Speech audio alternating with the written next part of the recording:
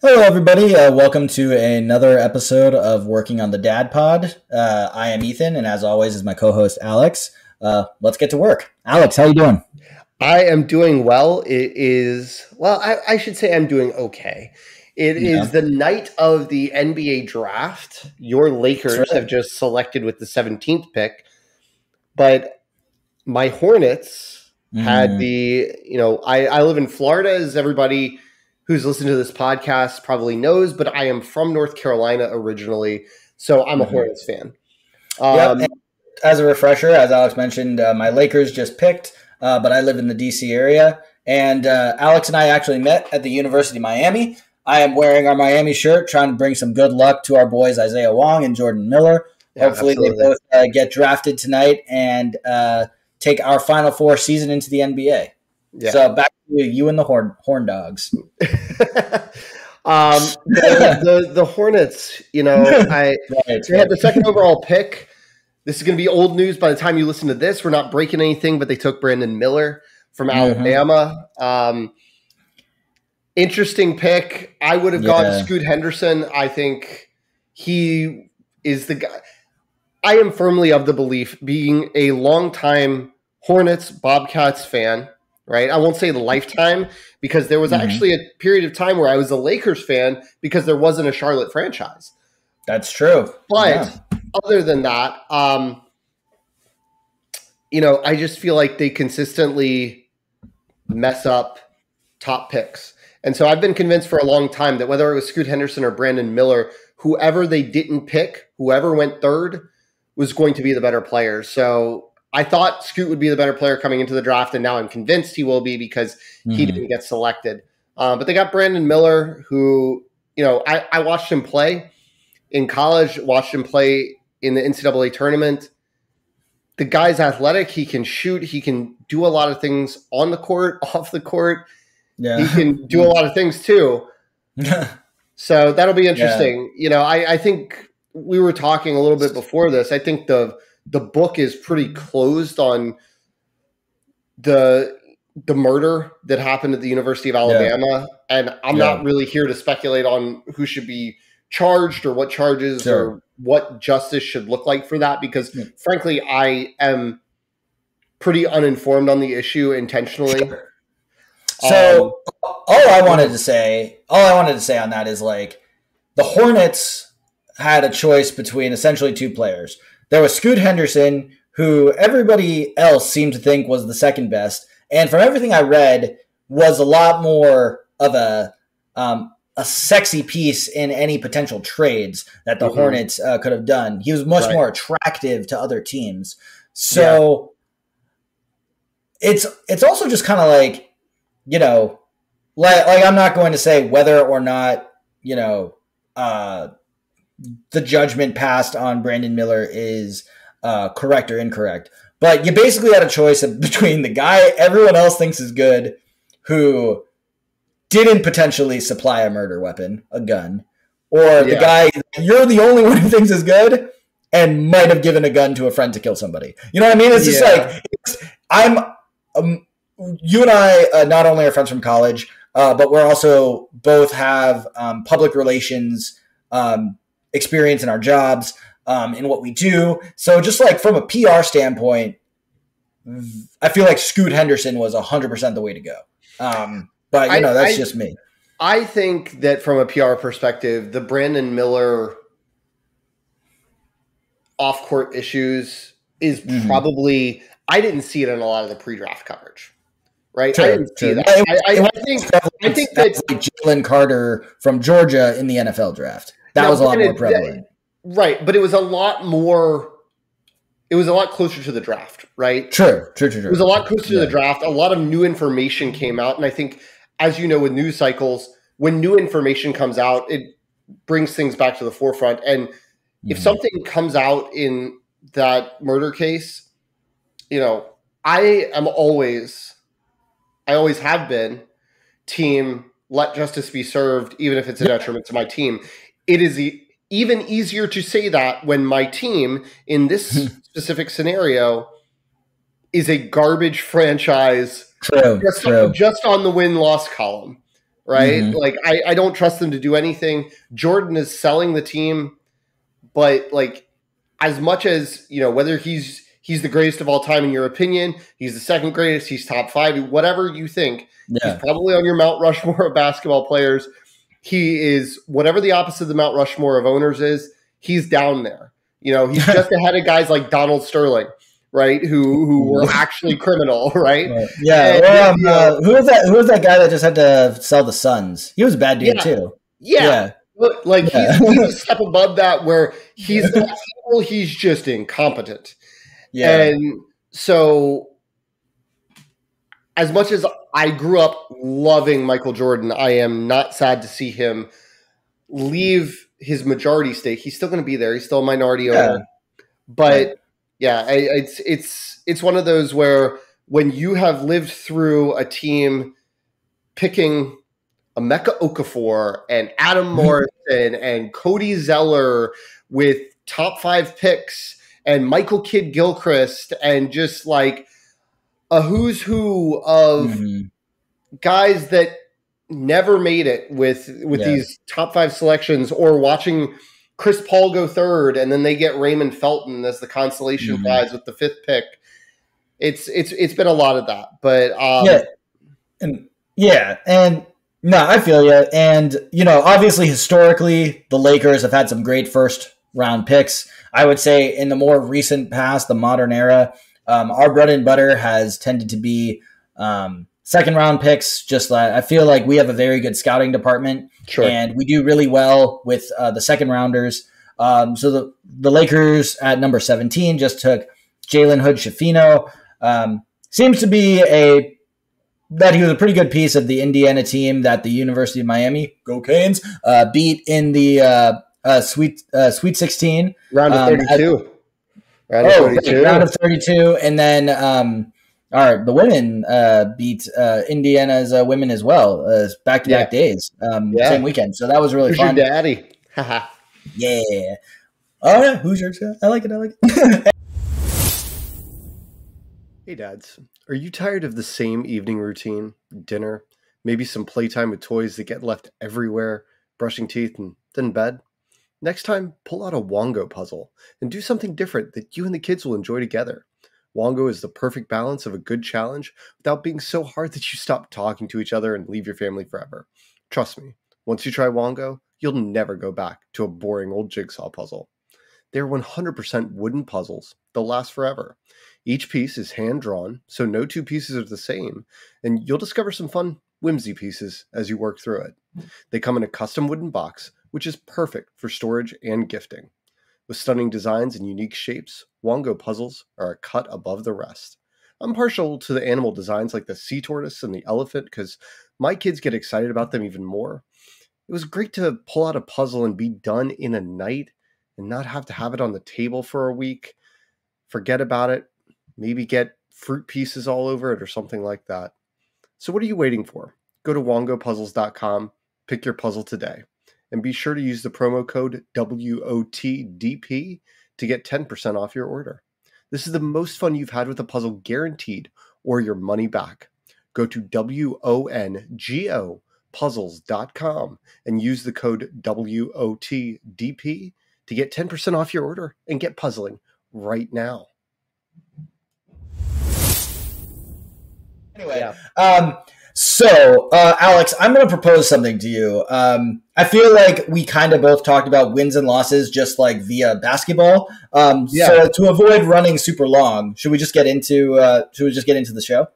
Yeah, we can just get into the show because today I don't know, did you mention this earlier, but today we're actually talking about mental health. We jumped straight into because you said, how are you doing? And I was like, I'm fired up because this is the only time that my team makes headlines for anything remotely positive in this arena, right? But mental health is what we're talking about. And as you can tell, mine around NBA basketball is not very great. What is that you want to say? Like, I feel like the NBA, as like sports go, in like my hierarchy of things I care about, like the NBA is really low. Part of that is being a Hornets fan. Sure, But I feel like we talk about it more than anything. Like we were talking about the NBA playoffs a few episodes back, and it's just the time of the year, right? Yeah, and just like once we got this podcast off the ground, and also the NBA playoffs are a really long time. It's right, and the playoffs last forever, and obviously it's draft night. But I'm like, man, I talk about the NBA a lot on this show compared to how much I talk about it at all compared to everything. But guys, get ready for college football season because I'm sure Ethan and I will have some lots of highs and lows. Yeah, and I'm with you too, Alex. I'm a Lakers and Dodgers fan, but ultimately, like, I don't really care as much about pro sports as I used to. I just love college sports so much more. Sure. Even though there's like this new professional element in NIL, like I don't really care. It's still like there's still school spirit. There's still emotion. There's still imperfections. It's just more fun to watch. And you can't beat March Madness. Like if in my perfect scenario, the East-West nonsense of conferences and especially in the NBA would go away. And the 16 teams that make the playoffs would get seeded 1 to 16. You can still have playoff series, but like it'd be, like who cares geographically where a team is? Like I would much rather see some kind of like if they could find a perfect mold of the NCAA tournament, but also have playoff series or there's 30 there's 30 teams in the NBA. So it'd be cool maybe if they did like a full on all 30 teams make a tournament, and then once you get to the final like 16, you get into series. I don't know. Well, I'm brainstorming here. Yeah, but you could run into some scenarios where a team like the Spurs or the Hornets or one of these atrocious teams just jumps up and catches the Lakers on a bad day in the first round. Well, like, could you imagine the NCAA tournament is an atrocious way to find the best team in the nation. Sometimes it doesn't. Like I think this year, like you could easily make the case that UConn was the most talented team in the country, but you have plenty of years where you've got like Butler as like an 8 seed or a 5 seed making the finals, and you're like, they played great. They deserve to be there under the constitution of how everything's constructed. They are probably not one of the best teams in the country. But it's and that's fine. Like, but we also as a society have done away with best based on like rankings. That's why like we no longer declare football champions just based on the AP poll. I mean, you can make an argument that the English Premier League does it best where, you got the point system and the others got the most points. But like, just imagine this before we get into, for our second attempt to get into mental health. Just imagine this. You have a team like the Spurs who were terrible this year, but they go on a run in this like insane tournament that starts off a single elimination, and then they end up winning 4 series in a row, and you then get you win the NBA championship, and then you got the first round pick. That'd be insane. You would get the 32nd pick. You would actually no. In my scenario, whatever you're seated, 1 through 30, go.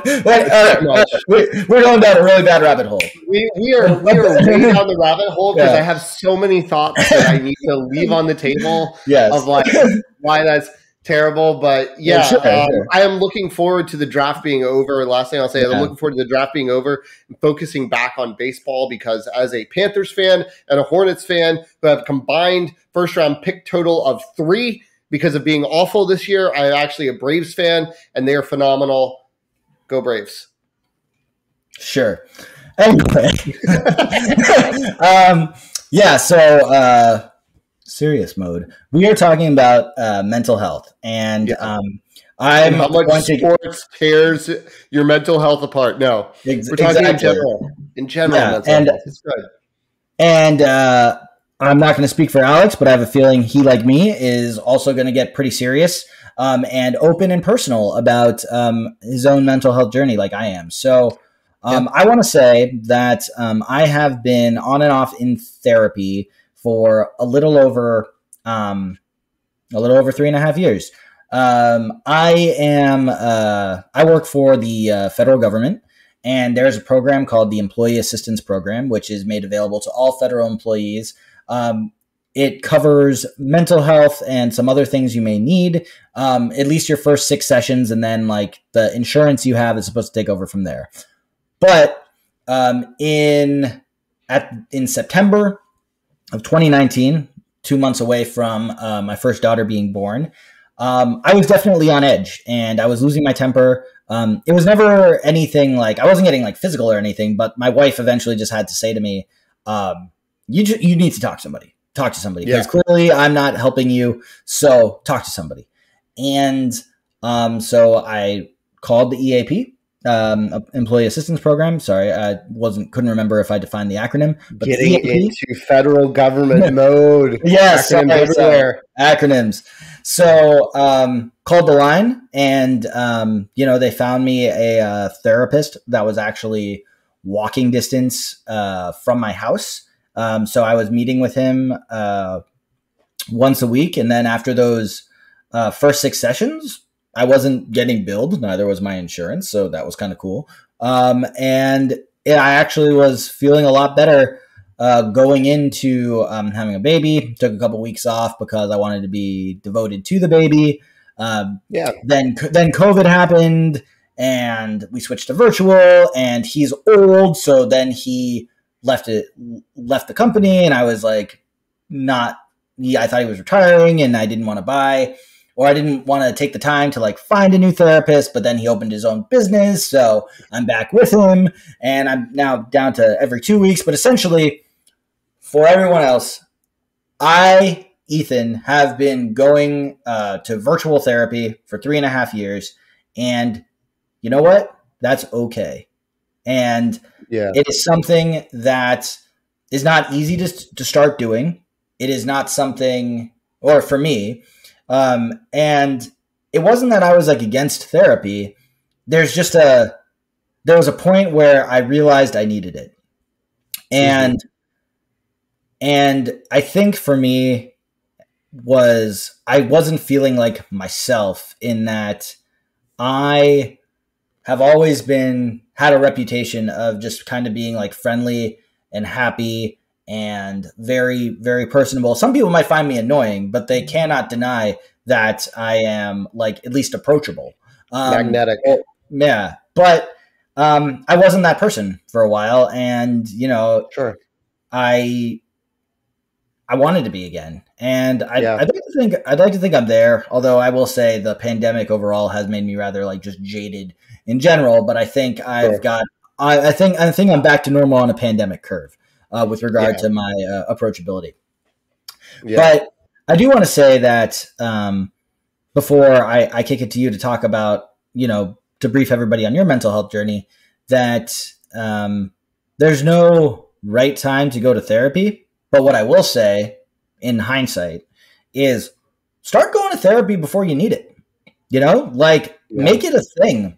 Just like find somebody, formalized or not, virtual or in person, find somebody that you are comfortable talking to, where you've got the time dedicated on your schedule, and you're really just beginning to open up in ways that you're not used to before you need to.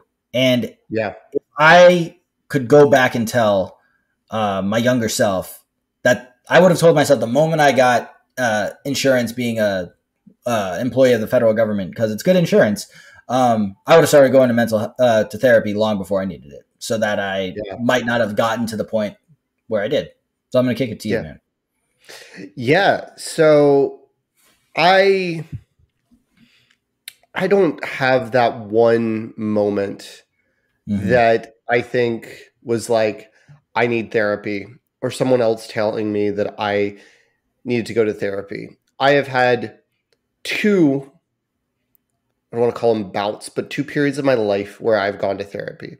The first, when I was young, I was about 5 years old. It was shortly after my parents had gotten divorced.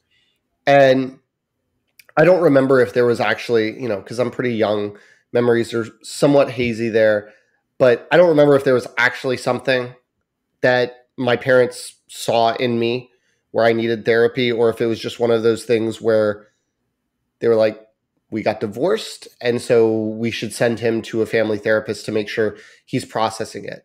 My parents like split up and got divorced when I was like 3 or 4.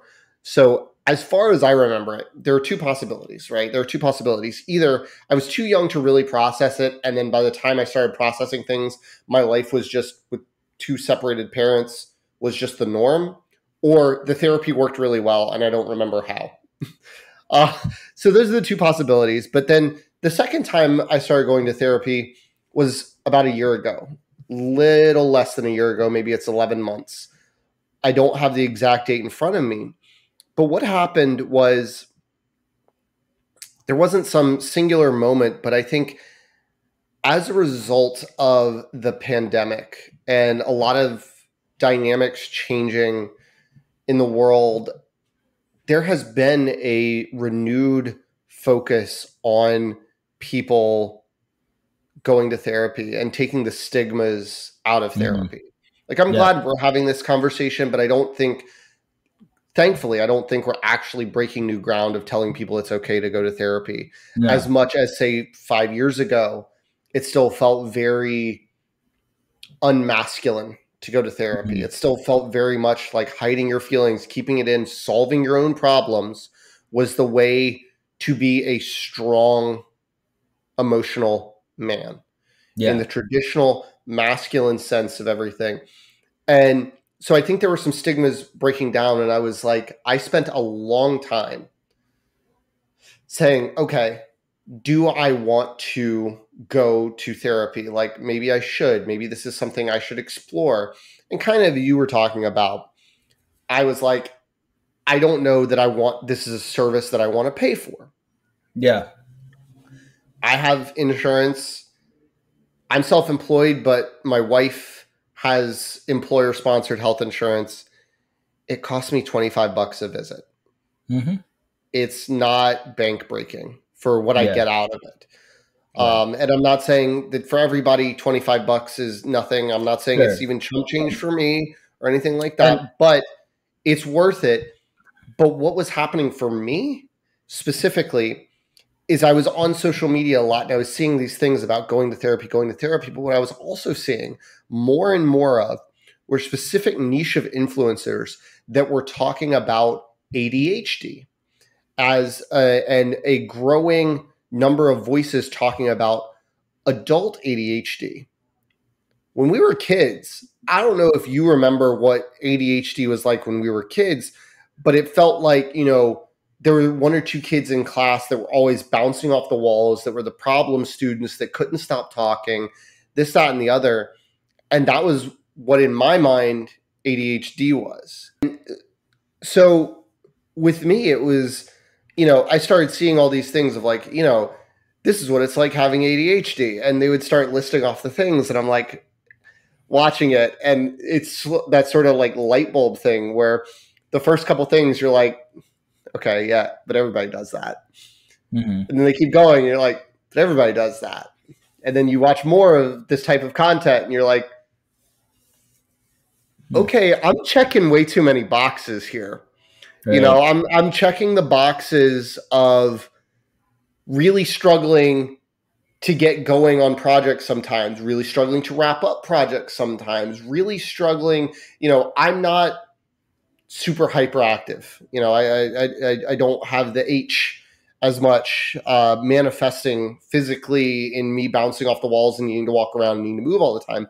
But I'm sort of like, okay, there are a lot of different things going on here that I'm checking these boxes. So the first thing I did, and it was a bad first move and I regretted it, is I actually went to, because like you, virtual therapy is very convenient, to sit in front of your computer and just chat with someone. I was trying to find what the first step would be in potentially getting diagnosed. And that led me through my health insurance portal, to psychiatrists, not psychologists, not therapists, but psychiatrists. And for those of you that maybe off the top of your head don't understand the difference, psychiatrists are the ones that they can do some therapy things, but they are primarily solving things with drugs, prescriptions. They went to medical school, whereas a psychologist probably has like a master's or a PhD.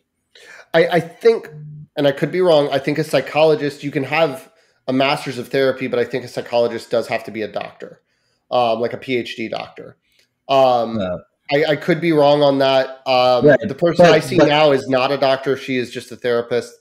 But either way, the psychiatrist is the one who can write prescriptions and is often using those prescriptions to help you with whatever you're struggling with. So I saw a psychiatrist and they prescribed me because they couldn't diagnose me, right? They couldn't diagnose me or were unwilling to or wanted me to go through, you have to go through the different channels of like, you need to see a therapist or a psychologist to actually get a diagnosis. And then a psychiatrist can provide medical, pharmaceutical treatments. Right. So they did not want to give me a stimulant, right? There are multiple ways to treat ADHD, including non-pharmaceutical things. They did not want to give me a stimulant for a variety of reasons, including a lack of diagnosis. They don't want to just be handing out Adderall, Ritalin. Those are stimulants. They put me on something called Strattera, which actually does something to block some other hormones coming through. Not essentially ADHD is a lack of dopamine regulation and a lack of dopamine production, but Strattera works. I think it's sort of used as an antidepressant in a lot of scenarios as well, and a lot of things like that. I took that for a little while. I was managing my doses on that, seeing a psychiatrist, but the checkups were just like, how's the medicine working? Okay. Right. How's medicine working? And getting a full-on evaluation on ADHD, like there are a lot of places around me. I don't live in a big metropolitan area like you.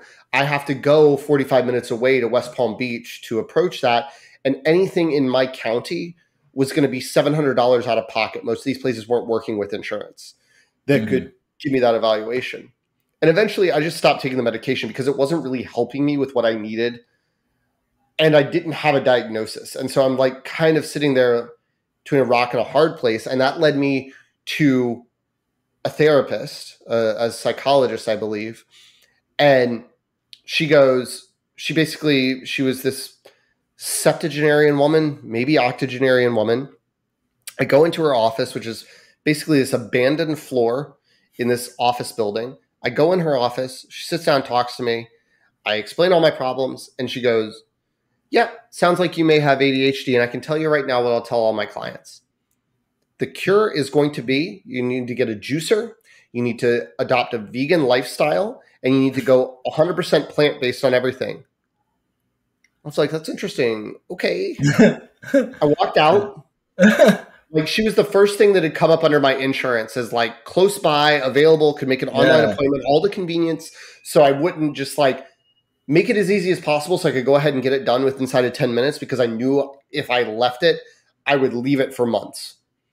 But I walked out of that office, I checked her like Google reviews and she had 1 star. And like everybody that went to her, she was like, get a juicer, go on a vegan diet. That's the solution. Like I've been doing this a long time and that's what you need to do. And I'm like, yes, I think there are ways that you can eat a better diet. Maybe, different foods have different effects on you. I'm not here to go through that science. Yes, that can have an effect. I don't think that's the end all be all of treating any neurodivergent things. That led me to my current therapist who has 5 stars on Google. She's fantastic. And I've been seeing her for almost a year. And just a couple months ago, she actually, after all our conversations, officially did diagnose me.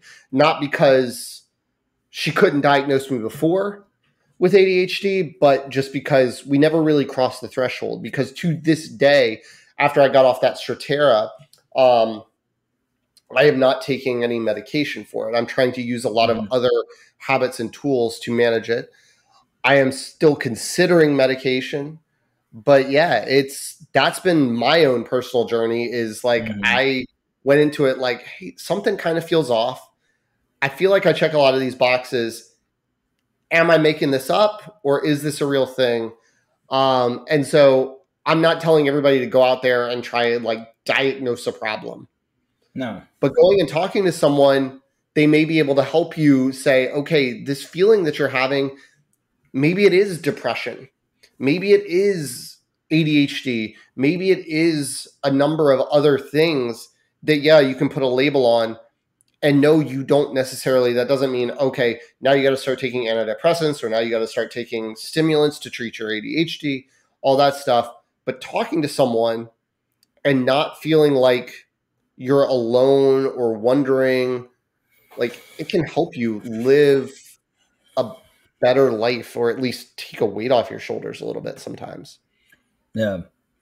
No, and that's great to hear, just like the full path in which you got from point A to, based on everything you said, point R, maybe you're at right now. Yeah, who knows? And, but as you know, like we talked about basketball, we went right into this. We didn't really talk about our kids, and this is working on the dad pod. But if you want to be, to me, if you want to be a good dad, you do have to prioritize your own health, whether that be mental health, physical health. We talked a couple episodes ago about prioritizing time for yourself, and that's all part of wellness. And yeah, I think that fits in really well with mental health, is finding that time for yourself. Absolutely. And be okay and generous with yourself about talking about your problems. I actually told my therapist before we started recording that one of the reasons I wanted to do this was an extra layer of, I guess, like just another therapeutic avenue. And actually, Alex, you and I are in a group chat with some other friends, and one of them told us the other day that just listening to our daycare episode was very therapeutic for him because he felt like he was screaming into a void, and then he heard our episode and was like, "Oh, great, I'm not alone." So yeah, this whole experience is actually part of mine and Alex's, or at least mine, mental health journey. In that, I feel like since I've started recording with you, man, that I feel like I've been a better dad. I still have my bad moments, and I still raise my voice when I wish I shouldn't, which we talked about on a previous episode in wins and losses. And I'm still not fully, the dad I want to be, but I know that talking with you and taking the time to do a little bit of pre-episode research and really sitting down and thinking about stuff I want to talk about with you has been really therapeutic. And amen to that. Yeah. Well, and I agree with that 100%, that it makes me think about, I'm almost working on trying to avoid as many losses. Like it feels like a win when I'm struggling to come up with a loss sometimes for our wins and losses segments. But I think for the dads out there, we talk specifically a lot about our therapy journeys as part of our mental health. And I think it's definitely something that everybody listening to this should explore. If you're not going to therapy, explore it. And by explore it, I don't mean jump right in with 2 feet. Look at how much it's going to cost you. Look at who's available. Take your time. The other things I would say, based on my experience and other people's experience, if you find yourself with a therapist that is not meeting your needs or you don't feel recharged, like, do not feel obligated to stay with them, just like you wouldn't stay with a bad doctor in any other field. Like, don't feel obligated to stay with a bad therapist. But if you're not going to therapy, there are a ton of other things, as Ethan mentioned. Showing up for your kids consistently with your best effort requires you being at your best as much as humanly possible. And so one hurdle that I had with going to therapy is the time commitment.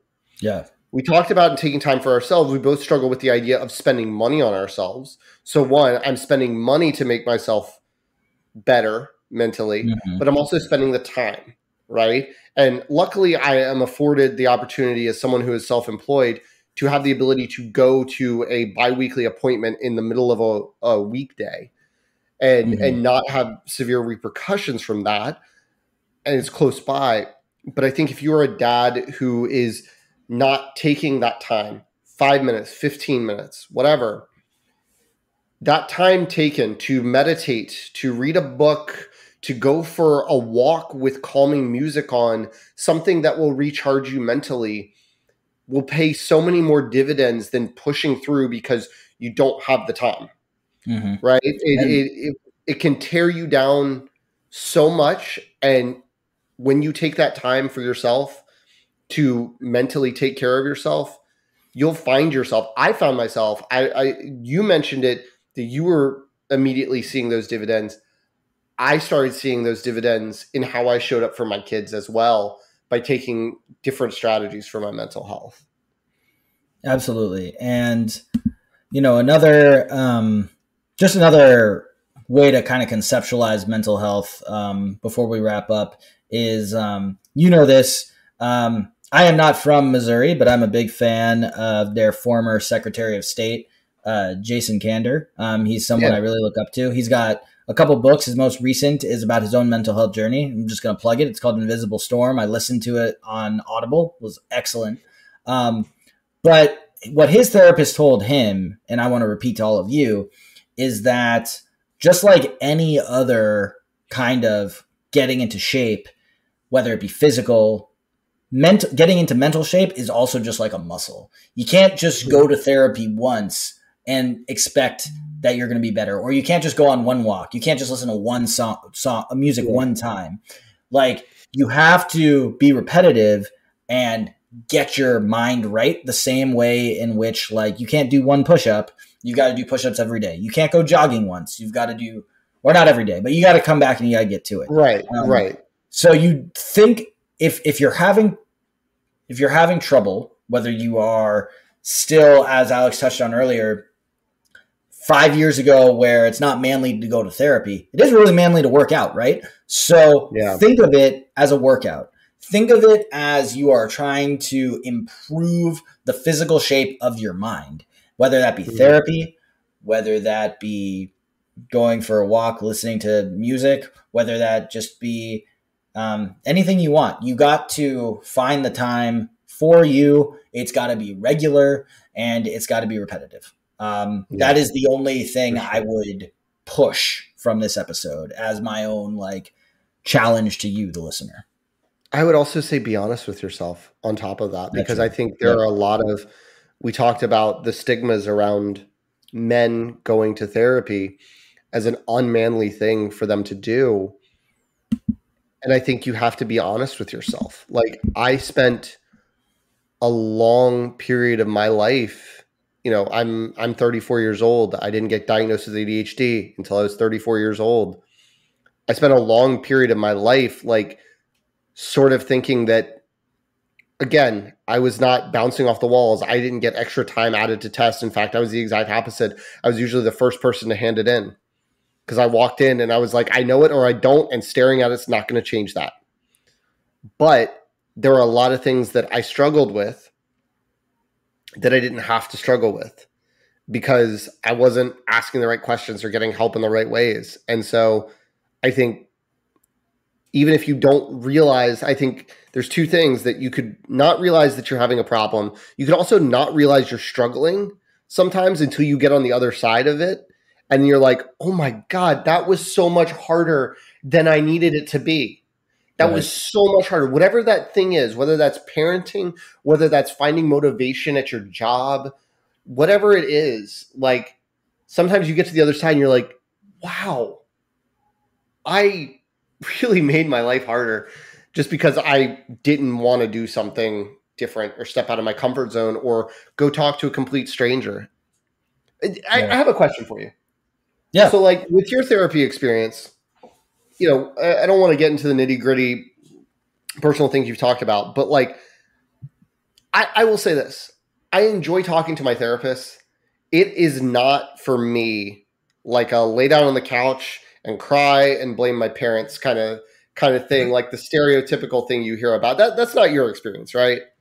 No, I mean, I will say that's okay, but no, I do sit on my couch just so that I'm not sitting on at my desk as if I'm working. I try to create that physical separation, even though it is virtual.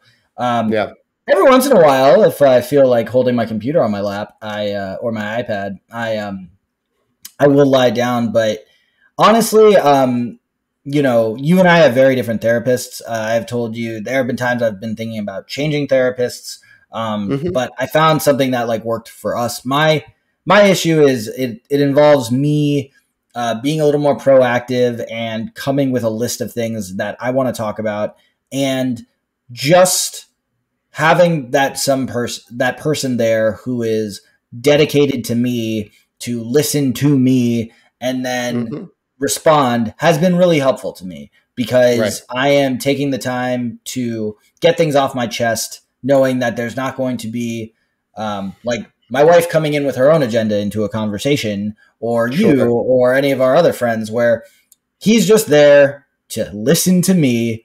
And if he can offer a different perspective that helps me, great. And sometimes it's just nice. Right. Yeah. And, sometimes I wish I had a therapist that was a little more constructive in that, like they gave me homework and some other stuff. But, it's so far this has been working. And honestly, I think therapy with him and doing this podcast with you has been a solid conversation. And of course, I will say there are times that I do mess up as a dad, or times that my wife is also struggling, and she follows a lot more of the parenting social media accounts than me, and like Big Little Feelings and some of the other ones where I know that if she sends me a link from them, that it's paramount and important that I look at it, whether it's her kind of sharing what she's feeling, or if it's her subtle way of being like, do this better.